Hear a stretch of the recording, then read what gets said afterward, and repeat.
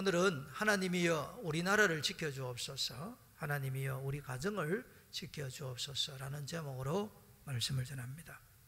우리나라를 지켜주옵소서라고 제목을 정한 이유는 이러합니다.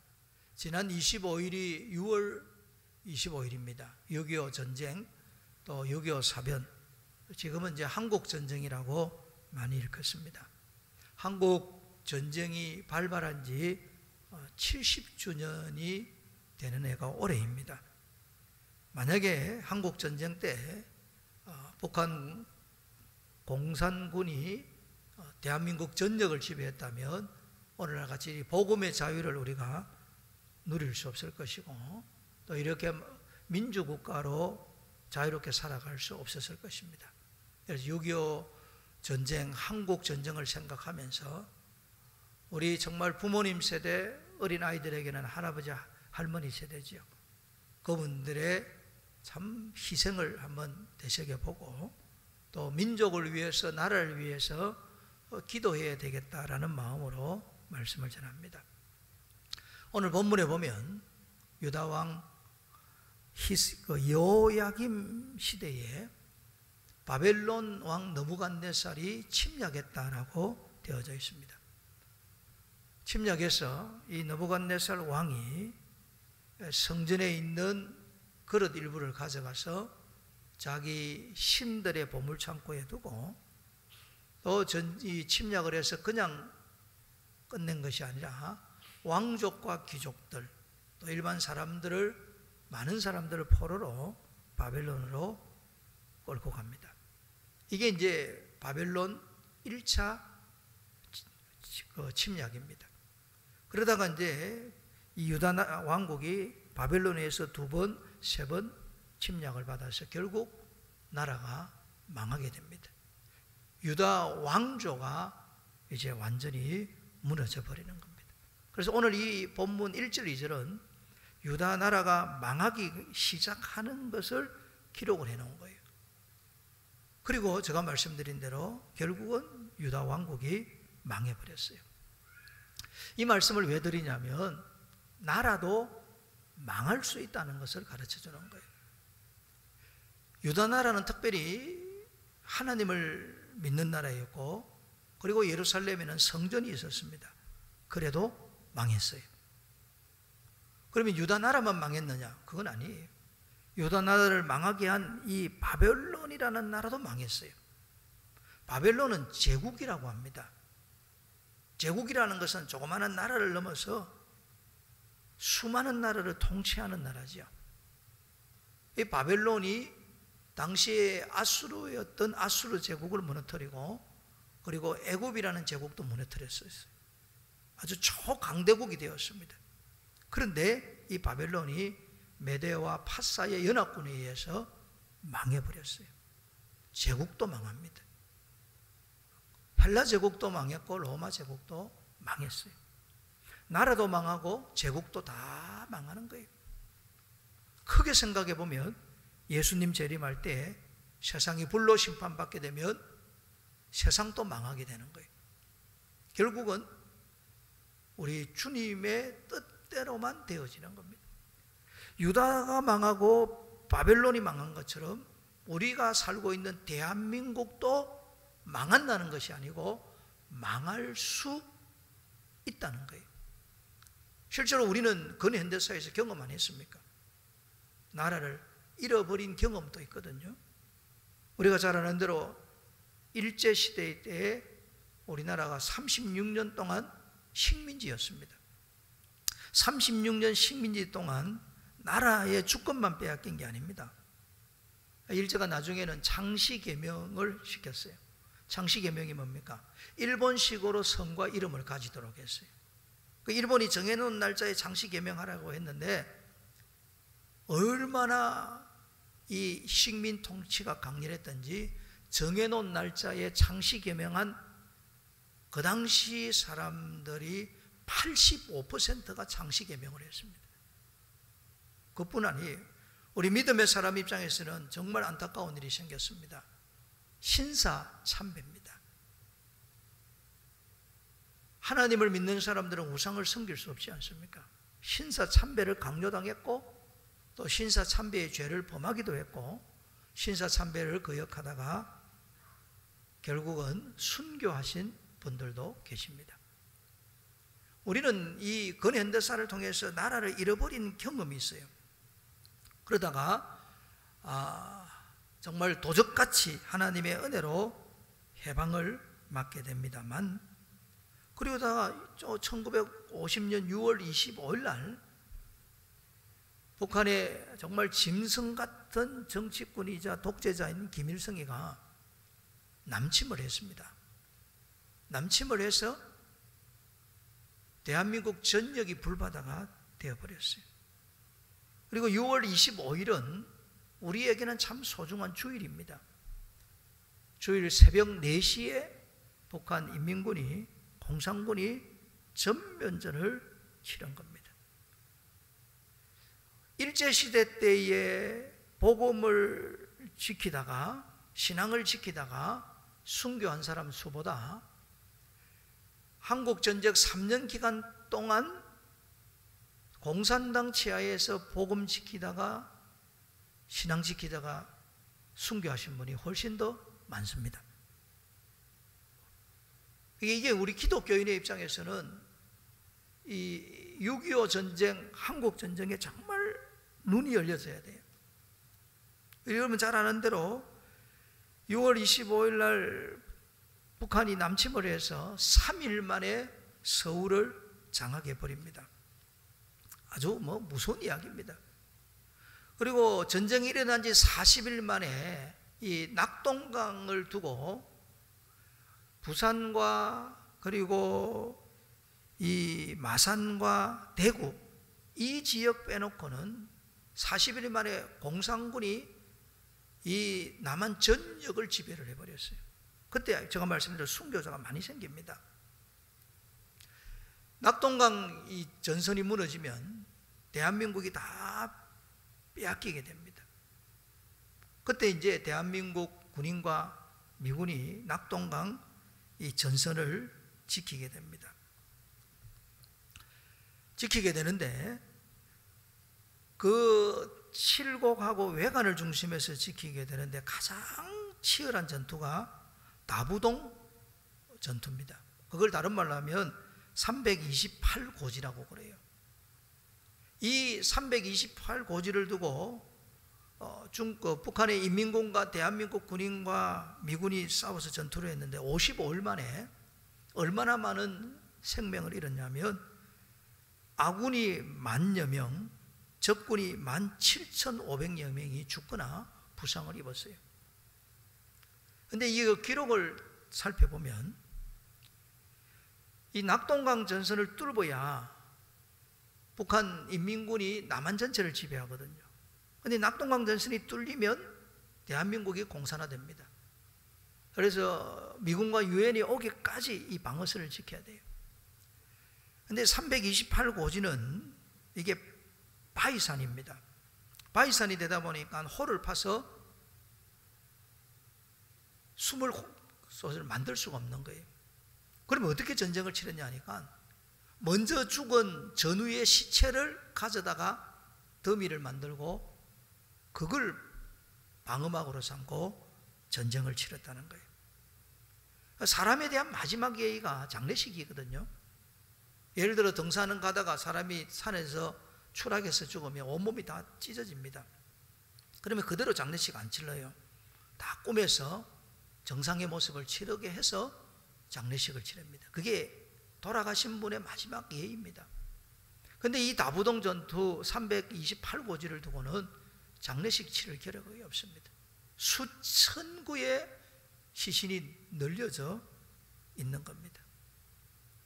그러니까 이 시신에 총을 얼마나 맞았든지 시체가 훼손이 너무 많이 된 거예요. 어느 노병이 그 말씀을 하시네요. 시체를 쌓는다는 말은 틀렸다고 그래요. 왜냐하면 부패한 시신은 절대 쌓이지 않고 쌓으려면 미끄러져 내려온다고 그럽니다. 낙동강이라는 책에는 이렇게 자세히 기록되어져 있어요. 328고지 정상 주변에는 2000여 구의 시체가 널려 있었다. 328고지는 더 이상 인간 세계가 아니었다. 검게 탄 시체, 팔다리가 잘려나가고 창자가 터져나오고 살점이 떨어져 나간 시체가 땅바닥에 널려 있고 나무가지에도 걸려 있다. 숨이 붙어있는 사람의 신음, 비명, 절규, 염천의 열기에 풍선처럼 부풀어 올랐던 시신의 배가 뻥 하고 터질 때는 수류탄이 날아온 줄로 착각하고 또 한 번 놀랜다. 파리떼가 극성을 부리고 악취가 진동하여 숨을 쉴 수가 없다.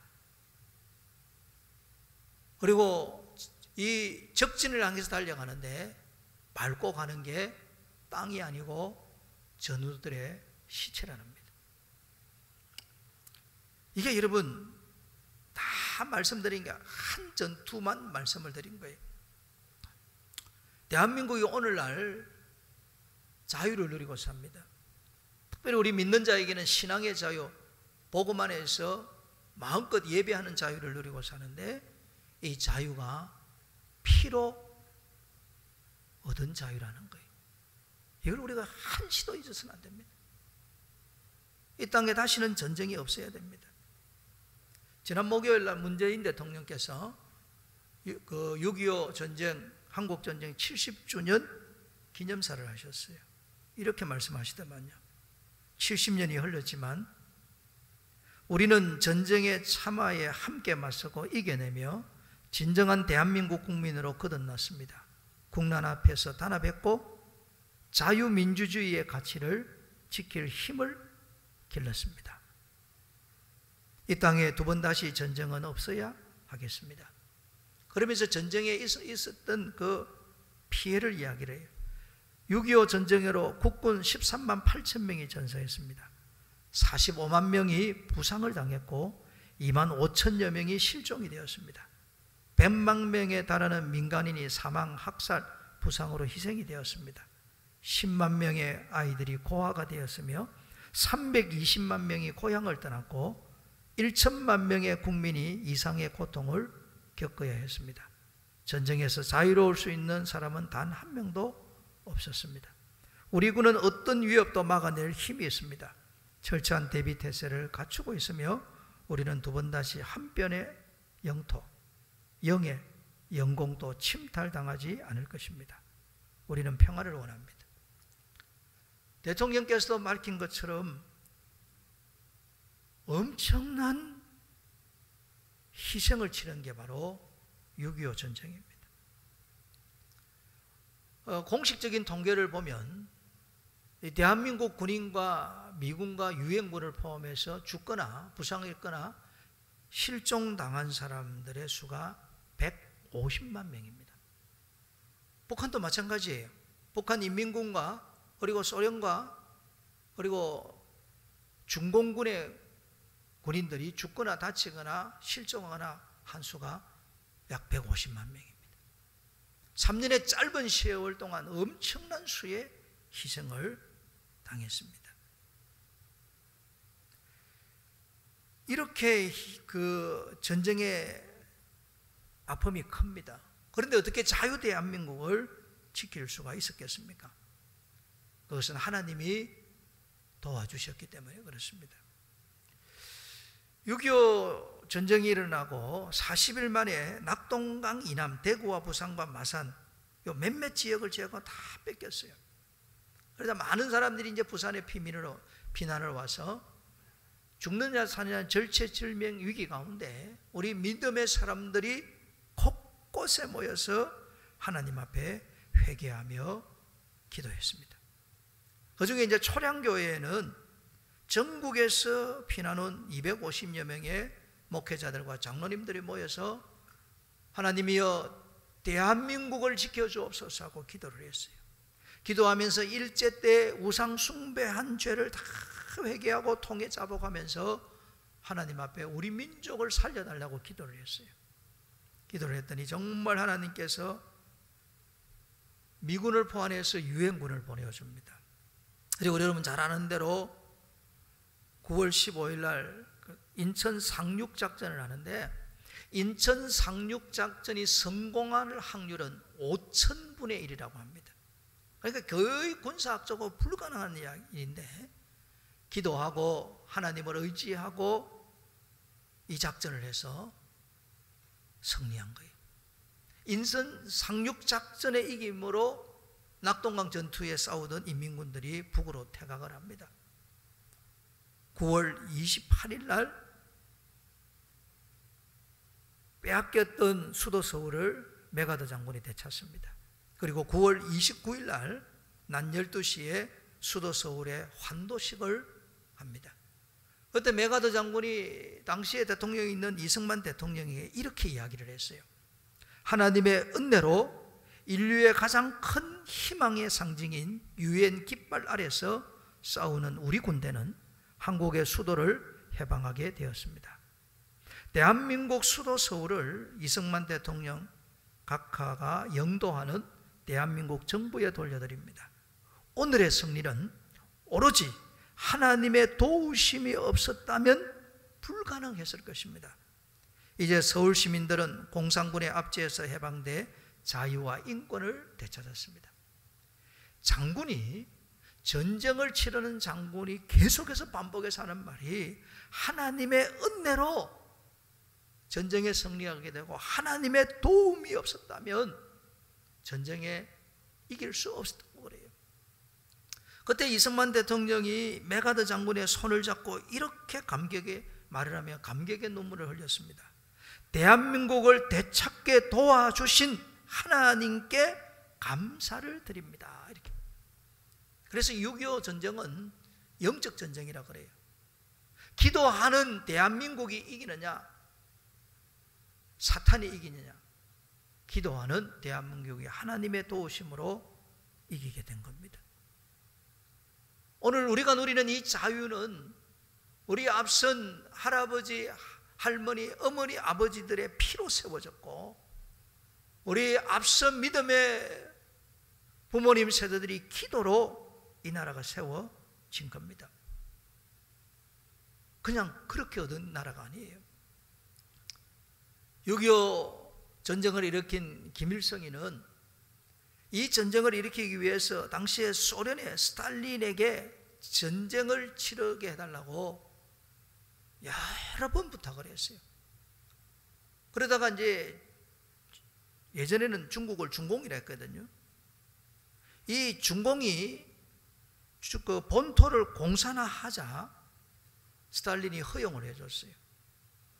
그리고 이 본토를 공산화했던 모택동이가 처음에는 이렇게 생각을 했어요. 이 조선의 통일은 무력에 의해서 전쟁에 의해서만 되는데 미군이 이 남쪽 그 조그마한 땅을 위해서 절대 3차 대전을 일으키지 않을 것이라고 생각한 거예요. 미군이 개입하지 않는다고 봤어요. 그리고 만약에 미군이 개입하면 모택동이가 중공군을 보내주겠다고 김일성에게 확약을 했어요. 그렇게 해서 김일성이는 3일 만에 전쟁을 끝낼 수 있다고 생각을 하고 밀고 들어온 겁니다. 그러니까 우리에게 있어서 정말 원수 같은 나라는 어떤 나라냐면 중국이고 러시아입니다. 수백 명의 사상자를 낸 나라가 바로 중국이요 러시아입니다. 우리가 예수님을 믿기 때문에 그들에게 선으로 악을 이기고 사랑으로 복음을 전하는 겁니다. 여러분, 지금도 북한은 여전히 호전적입니다. 싸우려고 그러고 전쟁하려고 그럽니다. 북한의 공식적인 국가 명칭은 조선민주주의 인민공화국입니다. 여기에 무슨 민주주의가 있고 공화국이 있습니까? 공화국이라는 것은 공공의 유익을 위해서 정치체제를 세워가는 것이고 주권을 국민에게 있는 것으로 보는 겁니다. 그런데 북한은 일당 독재입니다. 그리고 독재자의 세습으로 이어지고 있습니다. 제가 어제 글을 보니까 김정은이가 9년 통치하면서 자국민을 얼마나 죽였는지를 설명을 해놨더라고요. 북한의 고위 간부만 한 420명이 처형을 당하고 성경책을 가지고 있거나 혹은 탈북자 가족이라는 이유로 한국 영화나 드라마를 봤다는 죄로, 또 반역이라는 제목으로 이렇게 해서 9년 동안 북한에서 자국민을 공개에 처형한 사람을 포함해 죽인 사람이 3천여 명이나 된다고 합니다. 저는 개인적으로 이런 정권이 계속 가서는 안 된다고 확신하는 사람입니다. 그리고 더 애석한 것은 우리나라 지금 사람들 데리고 통계를 내었어요. 통일을 해야 되겠습니까? 아니면 분단된 상태에서 그냥 막 공존만 하면 좋겠습니까? 라고 물었더니 국민의 50% 이상이 통일하지 말고 그냥 북은 북대로 살고 남은 남대로, 그걸 좋은 말로 하면 그냥 공존입니다. 평화롭게 공존하며 살자 그래요. 앞으로 갈수록 더 할 겁니다. 그런데 기독교인은 달라야 돼요. 기독교인은 왜 달라야 됩니까? 우리는 영혼 구원이라는 사명을 받은 사람이에요. 북한에 있는 동포가 약 한 2,700만 명으로 추정을 하거든요. 정권을 가진 사람 해봐야 100만이 되겠습니까? 200만이 되겠습니까? 아무리 많이 봐도 200만이 되지 못한다고 2,500만 동포들, 저 영혼들을 위해서 보듬고 안고 기도하는 사람이 세상에 어디에 있겠어요? 그것은 우리밖에 없습니다. 신앙의 자유를 누리고 있는 대한민국에 사는 기독교인이 북한 땅을 위해서 기도해야 됩니다. 기도해야 될 줄로 믿습니다. 정말 이런 의미에서는 동족애가 필요하고, 동족애보다 더 진한 것은 십자가 보혈의 사랑으로 품어야 됩니다. 제가 거꾸로 한번 질문해 볼게요. 여러분, 70년 전에는 미군이 와서 한 5만 4천여 명이 죽거나 부상을 입었어요. 대한민국 군인과 유엔군 다 합쳐서 150만 명이라고 안 했습니까? 지금 만약에 남한과 북한이 전쟁하면 오겠습니까? 와서 그렇게 죽어주겠습니까? 저는 아니라고 봐요. 그러면 대한민국은 누가 지켜야 되느냐? 우리가 지켜야 됩니다. 더 나아가 하나님을 믿는 우리들이 지켜야 돼요. 오늘 성경 2절에 보시면 주님이 이렇게 말씀하세요. 주께서 유다왕 여호야긴과 하나님의 전 그릇 얼마를 그의 손에 넘기심에, 연필 갖고 있는 줄 끊어오세요. 주께서 넘기심에. 유다라는 나라가 우상 숭배를 하고 공의와 정의를 상실하고 사랑을 상실해서 하나님께서 징계하기 위해서 느부갓네살 왕을 보냈어요. 하나님이 보내신 거예요. 그래서 주께서 넘기심에. 사도행전 17장 26절에 보면 모든 인류의 족속들의 연대를 정하시고 그 주의 경계를 정하시는 이가 하나님이시라고 말씀을 하십니다. 이 말씀의 뜻이 뭐냐면 나라를 망하게 하는 것도 하나님의 주권이고 망한 나라를 다시 세우는 것도 하나님의 주권이에요. 그러면 오늘 우리들이 대한민국을 생각할 때 70년 전 전쟁에서 대한민국을 기도해서 이 나라를 지켰어요. 그러면 오늘날 살아가는 우리들도 우리와 우리 다음 세대를 위해서라도 하나님이여 우리나라를 지켜주옵소서 하고 하나님께 기도해야 될 줄로 믿습니다. 그 책임이 오늘 우리에게 있는 거예요. 또한 그리스도인들은 조국이 있어서 조국을 위해서 기도하지만 국경은 없어야 됩니다. 우리나라 근현대사를 살펴볼 때 일본도 원수 같고 중국은 더더욱 원수 같고 러시아도 그래요. 그러면 이 나라를 계속 원수처럼 여기고 살 것인가? 안 믿는 사람은 어떻게 생각하나 할지는 모르겠습니다만은 사랑으로 악을 이겨야 됩니다. 제가 중국이나 러시아 선교를 다니면서 내리는 결론은 이겁니다. 여전히 중국은 아주 심한 공산당 일당 체제고 러시아는 역시 독재 국가입니다. 이 두 나라가 아직도 호전적이에요. 복음이 아니고는 변화가 안 됩니다. 그래서 우리 주위에 있는 이 북한, 일본, 중국, 러시아를 복음화시키기 위해서 선교해야 됩니다.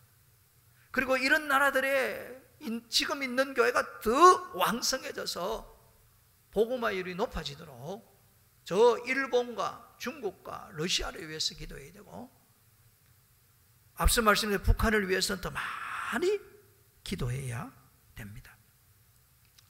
그리고 이 땅이 정말 하나님이 기뻐 받으시는 땅이 되도록 우상숭배가 무너지도록 기도하고 이단 사설들이 분열하도록 기도해야 되고, 이 땅이 십자가의 사랑으로 충만할 수 있도록 우리들이 전도해야 됩니다.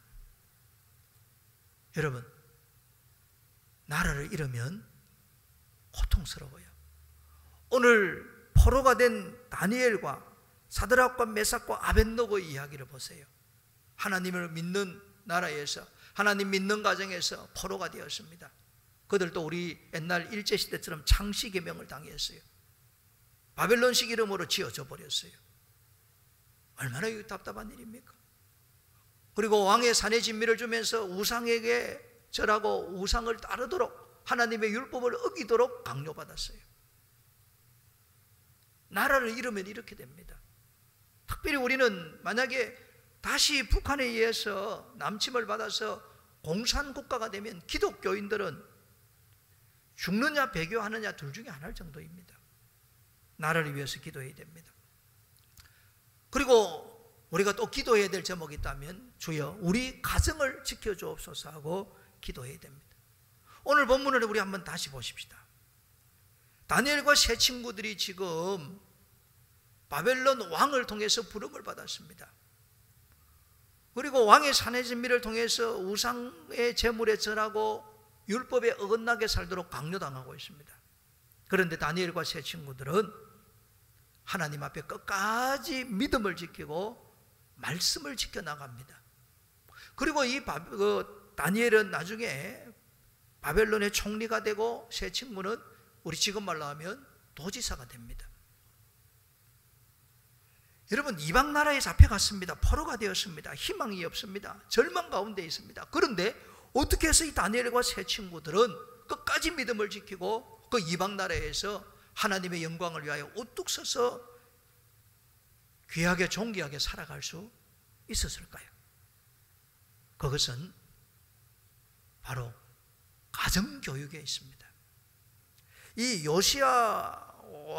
여야김이 왕이 되기 전에 요시야라는 아주 선한 왕이 있었습니다.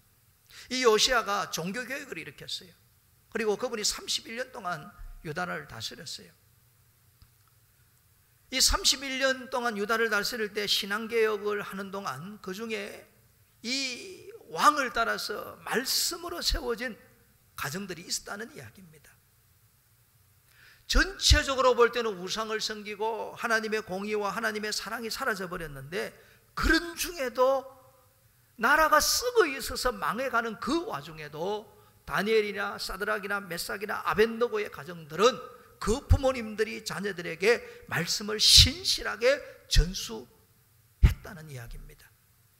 말씀을 신실하게 전수하니까 나라가 망했고 포로가 되었는데, 그들은 이방 나라에서 왕 앞에서, 환관장 앞에서 자기 믿음을 떳떳하게 고백하고 지켜나가는 거예요. 오늘 우리에게서 배울 수 있는 중요한 교훈이 뭡니까? 무너진 나라를 다시 세울 수 있는 것은 가정이라는 것을 가르쳐 주는 거예요. 가정에서 아버지가 아들에게 말씀을 전수하고 어머니가 딸을 위하여 기도하면, 가정이 살면 나중에 나라도 살릴 수 있는 거예요. 그러나 가정이 무너지면 나라도 저절로 무너지게 되는 겁니다. 그리고 오늘 이 본문에 보세요. 본문에 보면 소년들을 불러라 그래요. 그러면 다니엘과 세 친구들은 아직 20세가 채 되지 않았다는 이야기입니다. 다 장성해서 훌륭한 사람, 멋진 사람 된 게 아니고, 지금 말로 하면 10대가 밖에 되지 않았는데 용모가 아름답고 모든 지혜를 통찰하며 지식에 통달하고 학문에 익숙하고 그렇다는 이야기예요. 그러니까 얘들은 어릴 때부터 믿음 안에서 반듯하게 잘 자랐다는 이야기입니다. 가정교육은 한 살이라도 어릴 때에 믿음으로 반듯하게 잘 키우는 것이 얼마나 중요한지를 가르쳐주고 있는 거예요. 저는 확신하는 것 중에 하나가, 민족을 살리는 길은 각 가정의 신앙교육에 달려있다라고 확신합니다. 가정이 무너지면 다 무너져요. 우리가 사는 이 대한민국도 얼마나 지금은 좋은 의미는 다양화되고 다르게 표현하면 세속화되었습니다. 성소수자의 인권, 그건 참 좋은 이야기입니다. 저는 아주 자신 있게 말할 수 있는 게 있습니다. 동성애자와는 친구도 할 수 있습니다. 게이나 레즈비안들하고 친구할 수 있어요. 그러나 저는 믿는 신앙이기 때문에 친구는 하지만 진정한 친구는 잘못된 것을 이야기하지 않습니까? 동성애 자체는 하나님이 싫어하는 죄라는 것을 지적하는 친구는 되겠어요. 제가 한 번씩 그 말씀 안 드립니까?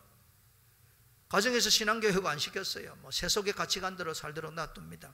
자, 여러분의 딸이 장성을 해서 시집 갈 때입니다. 딸이 다른 여자애를 데려와갖고 엄마 내 신랑감이야, 이게 내 남편이야. 그러면 여러분이 박수를 치면서 아이고 우리 딸이 이 세상의 가치관대로 참 잘 사네, 그리고 결혼식 시켜줄 겁니까?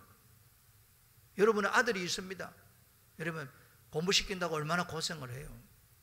그 아들이 어느 날 엄마 결혼할 신부감 데려올게 했는데 다른 남자를 데려왔어.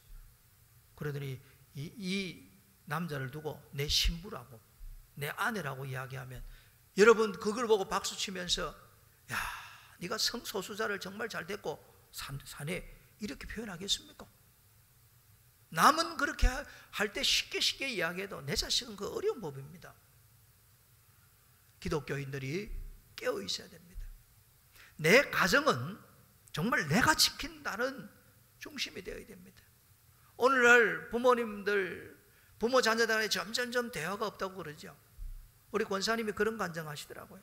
한 권사님이 말씀하시기를 아이들 초등학교 중고등학교 때 매일 큐티를 가지고 똑같은 본문 가지고 대화하다 보니까 애들이 커서도 이야기를 잘한대. 엄마 아빠하고 이야기를 잘하는 거예요. 가정에서 말씀을 가지고 함께 대화하고 함께 손잡고 기도하면 아이들이 하나님을 두려워하며 자라기 때문에, 하나님을 경외하면서 자라기 때문에 효자가 되고 효녀가 됩니다. 공부만 시키면 효자 안 됩니다. 왜? 세속의 가치관을 가지고 있으면 이 세속의 이 이념과 사상이 들어오면 오직 자기만 생각을 해요. 다니엘과 세 친구의 가정이 국운이 기울고 나라가 망해갈 때도 그 가정에서 하나님 제일주의로 살아가도록 가르치는 거예요. 주일이 되면 오직 예배 중심으로 살아가도록 가르친 거예요. 그리고 매일매일 아침마다 그리고 기도했을 것이고 저녁마다 말씀을 읽어주고 함께 가정예배 드렸을 것입니다. 하나님 앞에 드려야 되는 11조의 본을 보였고 아이들에게 가르쳤을 것이고, 그리고 부모님을 공경하고 섬기고 사랑을 베푸는 것도 보여주고 가르쳐 주었을 것입니다.